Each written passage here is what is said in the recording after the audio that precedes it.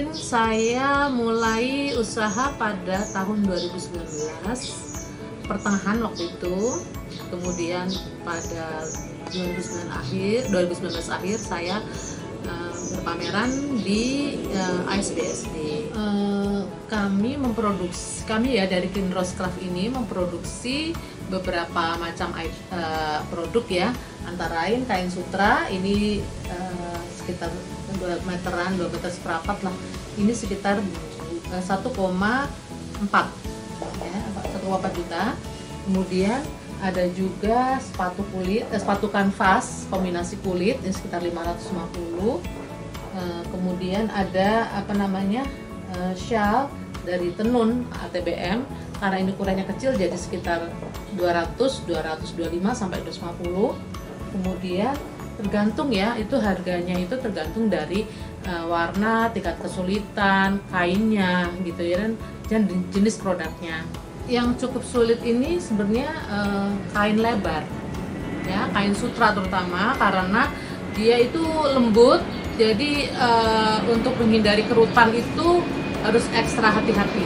Clean Rose Craft sementara ini masih dari Instagram, terus kemudian WA group, terus ini segera mau WA bisnis, kemudian juga dari pameran-pameran.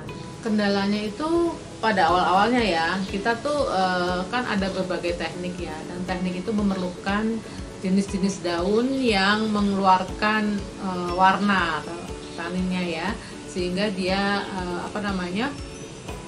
mempunyai corak yang sesuai dengan kita harapkan. Nah itu awalnya kita kesulitannya mencari daun-daun yang daun-daun yang mengeluarkan warna itu. Tapi makanya oleh karena itu saya mencoba untuk menanam di rumah gitu, sambil terus mempelajari teknik-teknik baru. Kalau kami mengedepankan materi kainnya, kemudian juga kulitnya gitu ya, kemudian juga motifnya itu sih.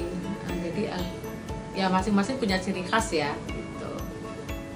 Daun-daun yang dipakai itu apa banyak. Kalau kain itu kita punya supplier sendiri ya, sudah punya langganan, karena kainnya harus serat alam, nggak bisa kain yang sembarangan kita beli gitu di luar. Jadi kita punya supplier khusus serat alam. Kemudian daun-daunnya untuk mengatasi tingkat kesulitan memperoleh daun, beberapa jenis saya tanam sendiri, dan ini sangat membantu gitu. Kalau diperlukan tinggal petik gitu kan. Proses pembuatannya itu sebenarnya ya cukup rumit. Jadi kain yang kita beli itu kita bersihkan dulu dengan caranya itu di scoring, kemudian bersihkan dulu dari zat-zat itu supaya pori-porinya juga terbuka. Kemudian baru setelah itu scoring, kemudian kita mordan. Nah mordan itu kita menggunakan beberapa macam, diantaranya seperti yang ada di dapur lah, menggunakan soda kue gitu kan, cuka gitu, kemudian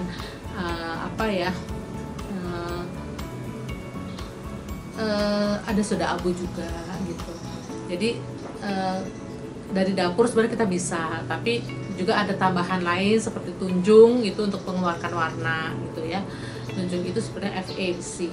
Nah kemudian setelah mordan selesai, baru kita dalam keadaan lembab ya, kita harus peras dulu tuh kainnya, baru kita gelar, kemudian kita tempel daun yang sebagai daun yang segar ya, baru petik itu lebih bagus gitu.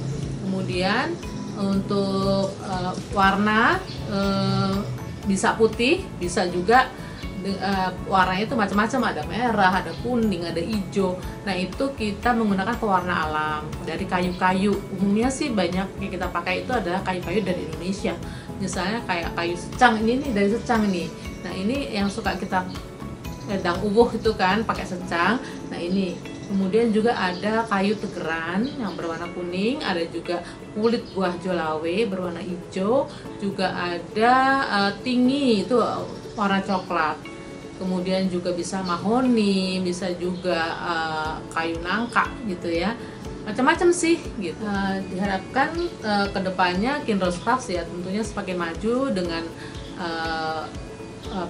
berbagai jenis produk ya, yang sekarang ini saya masih di fashion ya, nanti mudah-mudahan bisa ke home decor.